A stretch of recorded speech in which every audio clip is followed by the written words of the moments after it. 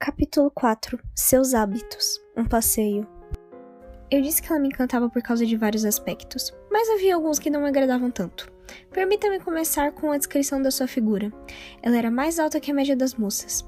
Era esbelta e elegantemente graciosa. Porém, seus movimentos eram lânguidos, sem vigor. Na verdade, ainda que não houvesse nenhum sinal visível de sua aparência que indicasse debilidade. Sua tez possuía um brilho magnífico, e seus traços e curvas eram delicados e lhes davam uma forma belíssima. Seus olhos eram grandes, escuros e luminosos.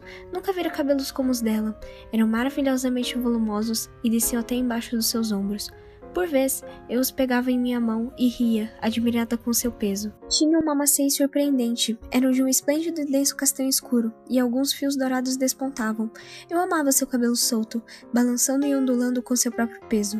Quando estávamos no quarto, ela reencostava-se em uma poltrona falando com aquela voz doce, melódica e um tanto grave. Eu remexia em seus fios e os trançava, e depois os soltava de novo, somente para brincar com eles em meus dedos. Mas, ó céus, se ao menos eu soubesse... Eu disse que algumas de suas características não me eram agradáveis. Disse também que a sua confiança em mim fora um grande motivador de minha atração por ela. Mas quando o assunto dizia respeito a ela, a sua mãe, ao seu passado, ou a qualquer coisa relacionada à sua vida, aos seus planos e às pessoas que conhecia, era de uma rigorosa reserva. Ouso dizer que agi de modo errado e irracional, que eu deveria seguir à risca as ordens que a majestosa dama de veludo negro havia dado ao meu pai. Mas a curiosidade é uma paixão irrefreável e indolente, e nenhuma garota pode tolerar, com paciência, que sua curiosidade seja frustrada por outra.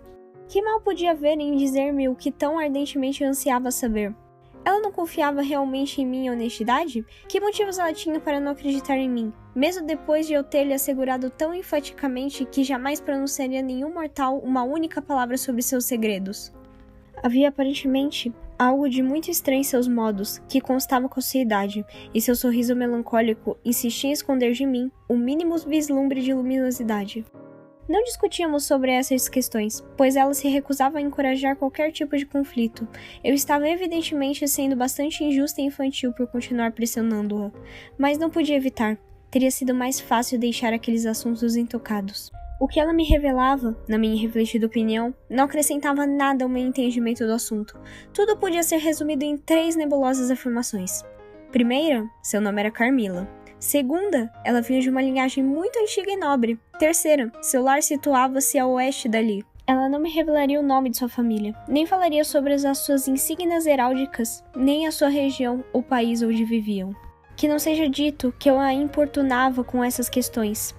Eu esperava pela oportunidade certa para tocar no assunto, e fazia antes discretas sugestões do que questionamentos incisivos. Cheguei a ser mais direta em minhas perguntas somente umas 2 ou 3 vezes, mas não importava quais artimanhas que eu utilizasse para obter algumas informações, os resultados eram sempre frustrantes.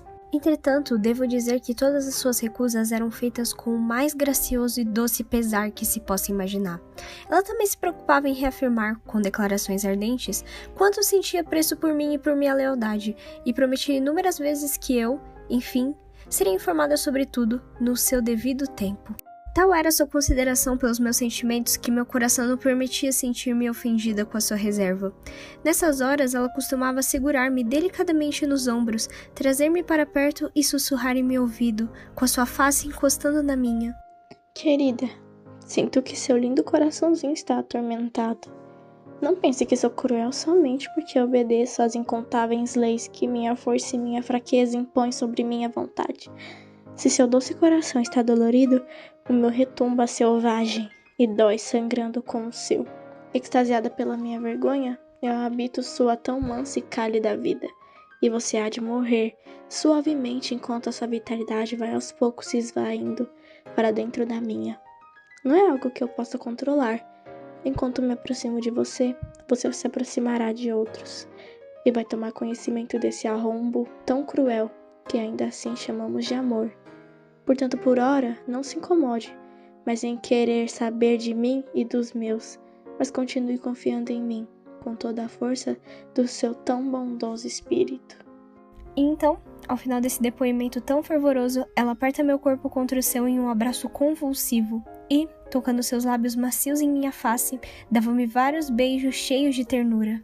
Seu alvoroço e seu falatório eram algo além do que meu intelecto podia compreender. Honestamente, sempre que ela me dava nesses abraços ajeitados, o que não ocorria muito, meu sentimento mais imediato era o de querer desvencilhar de seu aperto. Mas me faltava energia para tal. O suave murmúrio de suas palavras penetrava meus ouvidos como uma canção, exaurindo minhas forças até que elas se derretessem por completo transe, do qual eu conseguia despertar apenas quando ela, enfim, me libertava. Quando ela adotava esse comportamento anormal, eu não via mais como alguém de que eu gostava. Dentro de mim, o tumulto de emoções tomava uma forma, uma hesitação prazerosa mesclada com uma vaga sensação de temor e repulsa. As opiniões que eu tinha sobre ela nesses momentos eram totalmente imprecisas, e iam de uma adoração gradativa até uma completa aversão. Sei que isso configura um paradoxo, mas é uma maneira fidedigna de descrever minhas impressões. Mais de 10 anos se passaram desde aqueles tempos, e agora escrevo essas cartas com as mãos trêmulas e recordações desconexas a respeito de certos eventos, atravessando o mar de infortúnios que, na época, eu não sabia estar sofrendo, mas mantenho vívidos em minha mente os aspectos principais que compõem minha história. Receio, contudo, que todos experimentamos certas emoções em nossas vidas, e nessas circunstâncias, nossas paixões manifestam-se de uma maneira tão assustadoramente selvagem e desenfreada que, entre outras emoções, elas são as que recordamos de modo mais vago e nebuloso. Por vezes, após um intervalo de inatividade, minha exótica e bela companhia tomava minha mão na sua e apertava com uma paixão alucinante, e após algum tempo continuava aumentando a pressão. Ao fazê-lo, ela ruborizava tão delicadamente, encarando meu rosto com um olhar lânguido e ardente, respirando de modo tão intenso que seu vestido acompanhava o inflar e o desinflar de seu peito. Era como testemunhar o ímpeto apaixonado de alguém perdido em amor, e aquilo me constrangia. Era odioso e me fazia sentir oprimida. Ao final, com um olhar de deleitoso orgulho, ela me puxava para perto de si, e seus lábios quentes percorriam minha bochecha com diversos beijos. Em meu ouvido, ela sussurrava quase aos soluços. Você é minha, será minha, e juntas seremos uma para toda a eternidade. E então, se reencostava na poltrona, suas mãos pequenas cobrindo seus olhos, enquanto eu era deixada ali, tremendo dos pés à cabeça. Depois de alguns instantes de silêncio, eu perguntava a ela: temos algum tipo de ligação? O que significa tudo isso? Talvez ela lembre alguém que você ama, mas odeio quando você se comporta dessa forma. Eu não a conheço.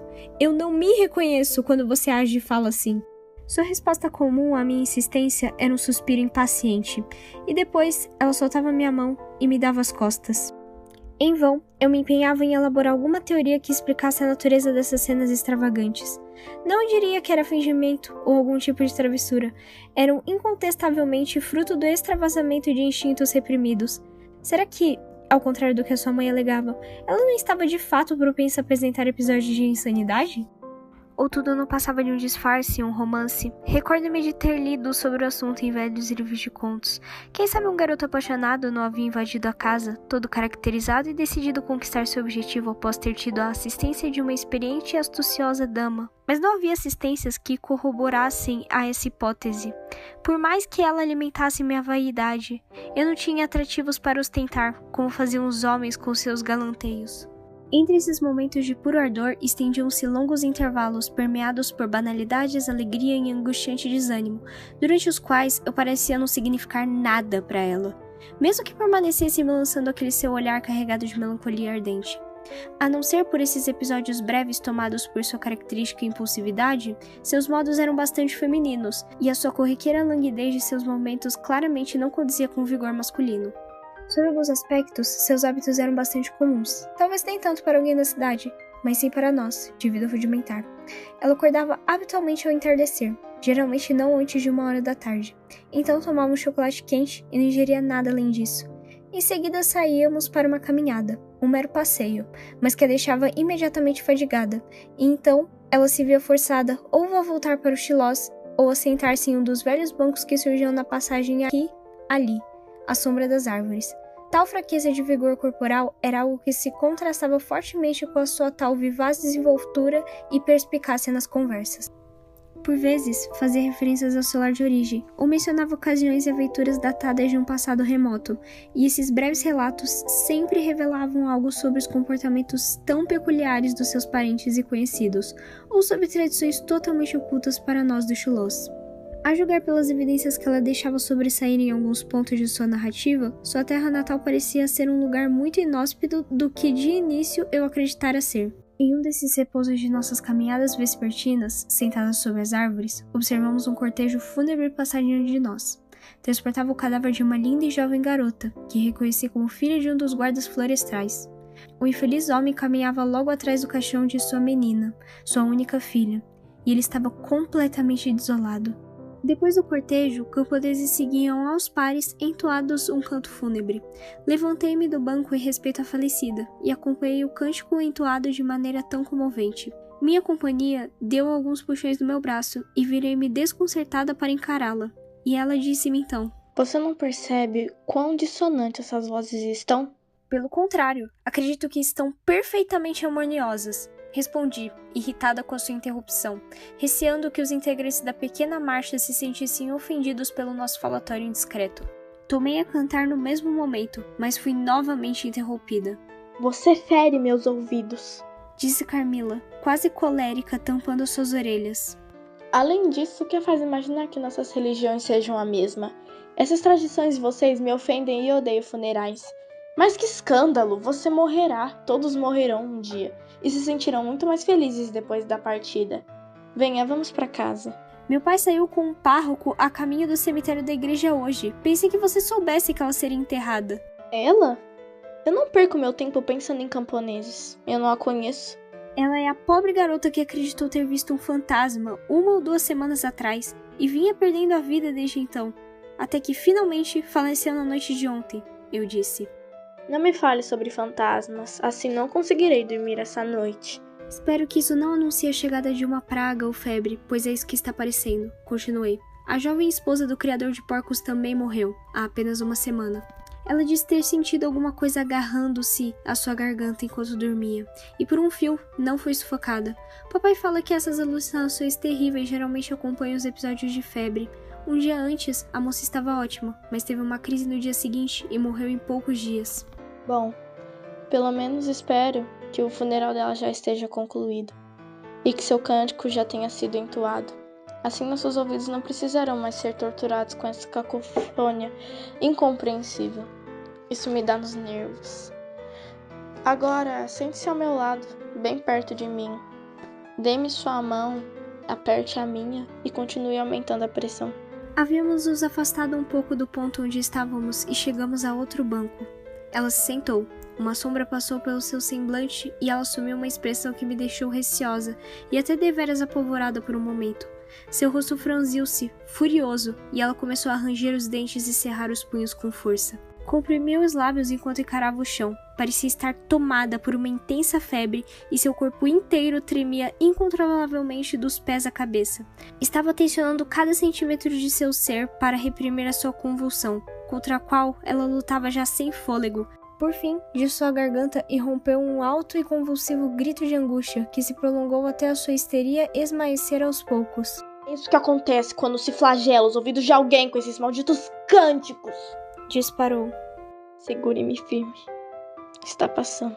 Sua crise de fato abrandou-se, e talvez para amenizar o efeito assombroso que ela causara sobre mim, Carmila começou uma conversa forçadamente alegre e alvoroçada, e assim retornamos para casa.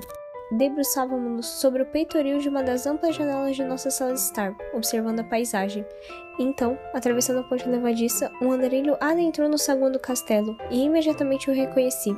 Ele costumava visitar os chulosos 2 vezes por ano. Era a figura de um corcunda, cujo rosto era marcado pelos traços grosseiros que comumente acompanhavam a deformidade. Sua barba negra e pontuda emoldurava o largo sorriso que se abria em seu rosto, o qual deixava à mostra seus caninos brancos. Estava vestido de couro negro e vermelho, todo afivelado, com mais cintos do que eu conseguia contar, e nos quais se penduravam objetos de toda a natureza imaginável.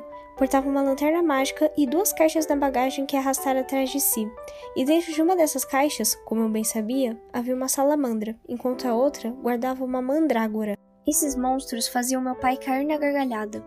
Era uma mescla de partes de macacos, papagaios, esquilos, peixes e ouriços, todas empalhadas e mantidas juntas com alfinetes de um modo notavelmente firme. Ele trazia também um violino e uma caixa abarrotada de artigos de ilusionismo. e, de sua cintura, pendia um par de floretes e máscaras diversas, além de toda sorte de pequenos estojos misteriosos. Apoiava-se em um cajado negro com ponteira de cobre, e era acompanhado por um cão de aparência selvagem. O animal detivera-se alguns passos atrás dele, desconfiado, e começara a soltar uivos de gelar a espinha. E então, sacando seu violino, começou a arranhá-lo com um arco, entusiasmadamente dando início a uma alegre e desarmônica cantoria, acompanhada de seguinte passos de dança ridículos e afoitos que me fizeram rir, apesar do tenebroso uivo do cão. Até que ele olhou em direção à janela, dirigindo-nos um sem número de saudações exageradas enquanto se aproximava, com seu chapéu na mão esquerda e o violino enfiado debaixo do braço. Ao chegar a um ponto onde poderia ser ouvido com mais clareza, começou a lançar sobre nós toda a sua lábia em uma torrente ininterrupta, propagandeando toda a diversidade dos raros artigos que dispunha à nossa vontade e nos apresentando todo o tipo de entretenimento que seria capaz de nos proporcionar, se assim desejássemos. Estariam vossas senhorias interessadas em adquirir um talismã que protege contra o Urpiri? Dizem os boatos que ultimamente tem pregado pelas matas como um lobo faminto. Disse ele, jogando seu chapéu no chão. As pessoas têm morrido à torta e direito por sua mão, e aqui trago um talismã que é infalível. Para realizar o feitiço, basta prender isso no seu travesseiro, que as senhorias poderão até rir na cara da besta. Esses talismãs consistiam em longas tiras de velino, nas quais estavam gravados signos cabalísticos e diagramas. Na mesma hora, Carmila pediu um, e eu a segui na compra. Ele levantava seus olhos negros para nós, enquanto observávamos de cima, sorridentes, observando aquela diversão. Mas falo isso por mim mesma, pois, no olhar penetrante do andarilho, percebi que ele havia detectado algo que prendera sua atenção. Veja, madame, disse ele, dirigindo-se a mim e apresentando-me um de seus estojos. Entre outras coisas menos importantes, eu pratico a arte da medicina dentária. Ah, que a praga o leva embora, cão! Silêncio, demônio! Ele viva tão alto que vossa senhoria mal consegue ouvir minhas palavras. Sua tão nobre amiga, a jovem à sua direita, tem o mais afiado, longo e pontiagudo dente que eu já vi. É como uma solvela, ou uma agulha. Com meu olhar aguçado, pude claramente notar daqui de baixo. Agora, se ele machuca sua amiga, o que imagino que de fato aconteça, eu posso dar um jeitinho nisso com a minha lima, meu buril e o meu alicate. Ou deixá-la arredondada e simétrico, se vossa senhoria assim permitir. Chega de dente de peixes!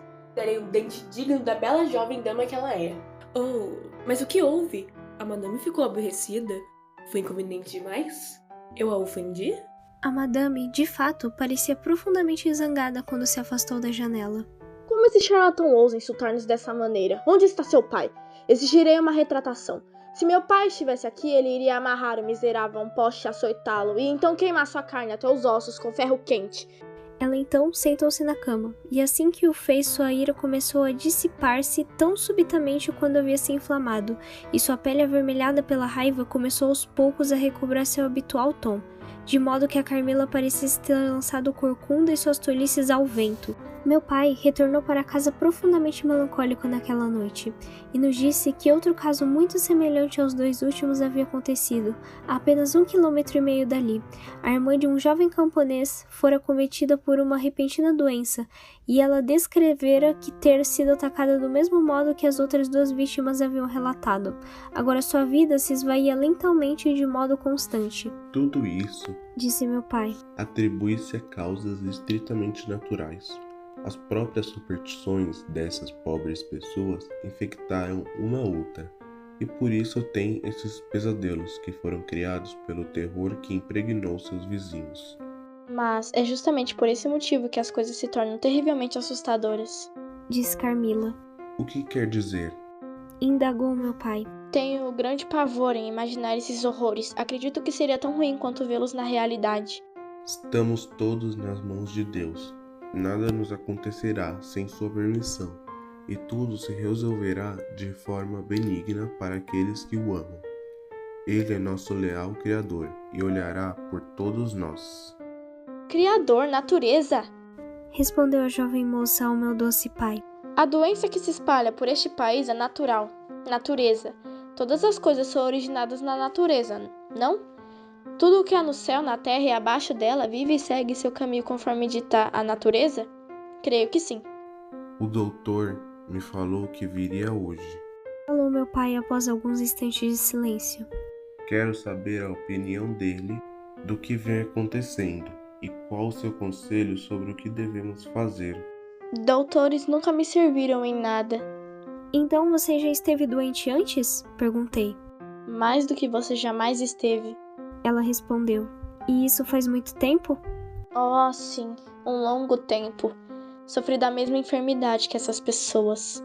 Esqueci tudo o que se passou, a não ser a dor e a fraqueza que senti, as quais não me fizeram sofrer tanto quanto outras doenças. Imagino que você era muito jovem na época. Prefiro não falar mais no assunto. Poderia, por favor, não afligir sua amiga? Ela encarou meus olhos com uma expressão nauseada e com seu braço enlaçou a minha cintura com carinho, levando-me para fora da sala enquanto meu pai se ocupava com algumas papeladas sentado perto da janela. Por que seu pai tem prazer em nos aterrorizar? Disse a linda moça com um suspiro trêmulo. Ele não tem, querida Carmila. Isso seria a última coisa que ele pensaria em fazer. E você, minha querida? Está com medo? Eu certamente estaria se suspeitasse que corro o perigo real de ser atacada como uma daquelas infelizes vítimas. Você tem medo da morte? Sim, como todos têm. Mas morrer como dois amantes? Morrer juntos para viverem juntos?